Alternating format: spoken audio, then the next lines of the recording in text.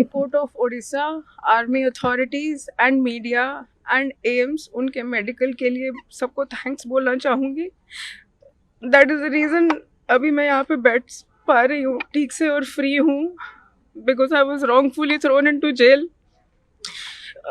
15th को रात को अराउंड 1 AM अपना रेस्टोरेंट क्लोज करने के बाद व्हेन आई वाज अपने घर जा रही थी, कुछ गाड़ी ने हमारा रास्ता रोका था और हमसे लड़ने की कोशिश की थी।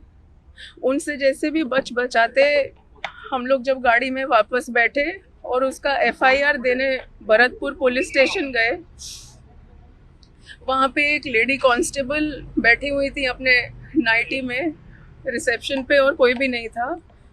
उनको मैंने बहुत बार FIR लिखने के लिए बोला, मेरा कंप्लेंट लॉन्च करने के लिए बोला, क्योंकि बहुत सारे लड़के थे वो लोग, तो वो पीछा हमारा कर सकते थे वापस। उसके लिए मैं उनको चाहती थी कि वो FIR लिखे या पेट्रोल भेजे या कुछ करे। उन्होंने मुझे कोई हेल्प दी नहीं, उल्टा मेरे साथ गाली गलौज की। जब मैंने उनको बताने की कोशिश की कि मैं एक लॉयर हूँ और उनका बनता है इस टाइम पे FIR लिखना, ये उनकी ड्यूटी है, तो उन्होंने मुझ पे और गुस्सा किया। थोड़ी देर बाद जब एक पेट्रोल गाड़ी आई, उसमें से और फीमेल ऑफिसर्स और बाकी मेल ऑफिसर्स आए। उन्होंने गुरवंश को अपॉर्चुनिटी दिया था कंप्लेंट लिखने का, बट उतने में ही उन्होंने पता नहीं क्यों उसको कस्टडी में डाला। फिर मैंने उनसे वापस रिक्वेस्ट किया और बोला कि आप एक आर्मी ऑफिसर को नहीं डाल सकते हैं कस्टडी में, ये अनलॉफुल है, आप नहीं कर सकते ऐसा। तब तक 2 फीमेल ऑफिसर्स ने मेरे बाल पकड़ के जोर से खींच के मुझे मारना पीटना शुरू कर दिया। मैंने उनको रिक्वेस्ट करते रही, प्लीज़ स्टॉप, मत कीजिए, ऐसा मत कीजिए।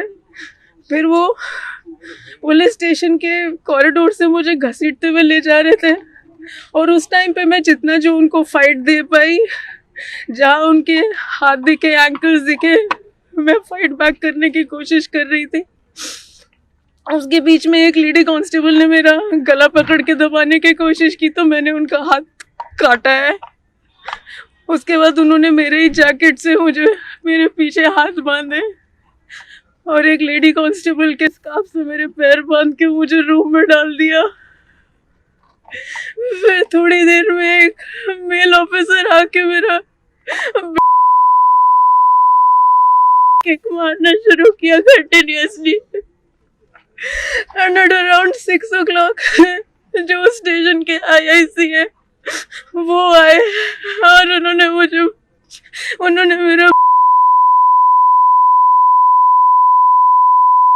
मुझे बोला कि कितने बार तुम लेना चाहोगे कि तुम चुप रहोगे, क्योंकि मैं बहुत ज्यादा चिल्ला रही थी हेल्प के लिए, बहुत ज्यादा चिल्ला रही थी हेल्प के लिए।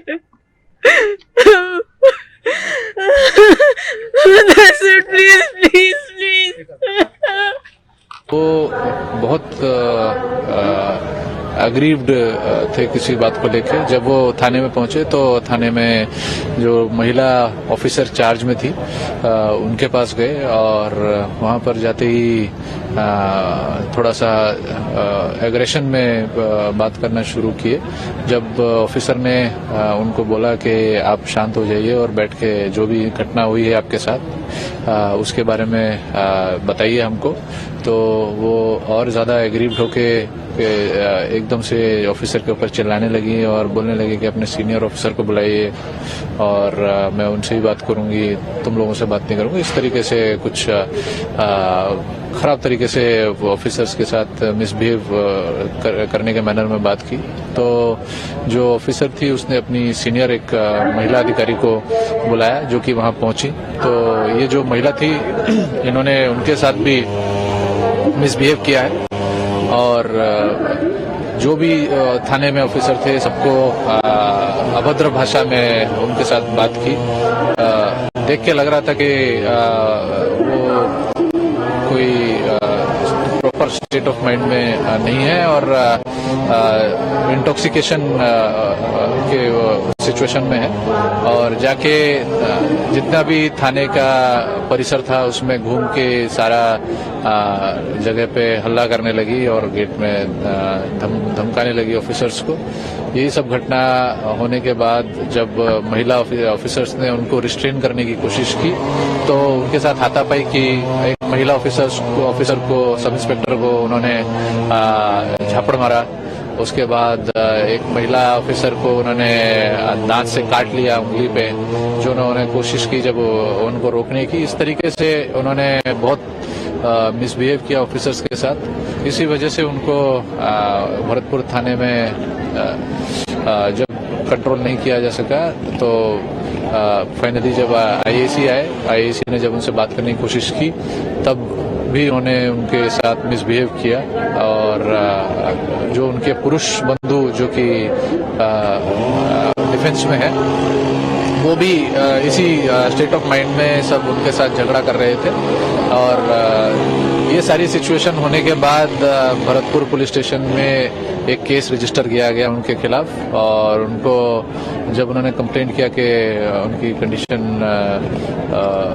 के बारे में, उन्होंने उनको ऑन ड्यूटी उनका ड्यूटी में ऑब्स्ट्रक्शन करना, असॉल्ट करना, मिसबिहेव करना, ये सब तरीके के सेक्शन उनके ऊपर लगे और जो वो महिला थी उन महिला को अरेस्ट करके कोर्ट को इस केस में अरेस्ट करके फॉरवर्ड किया गया।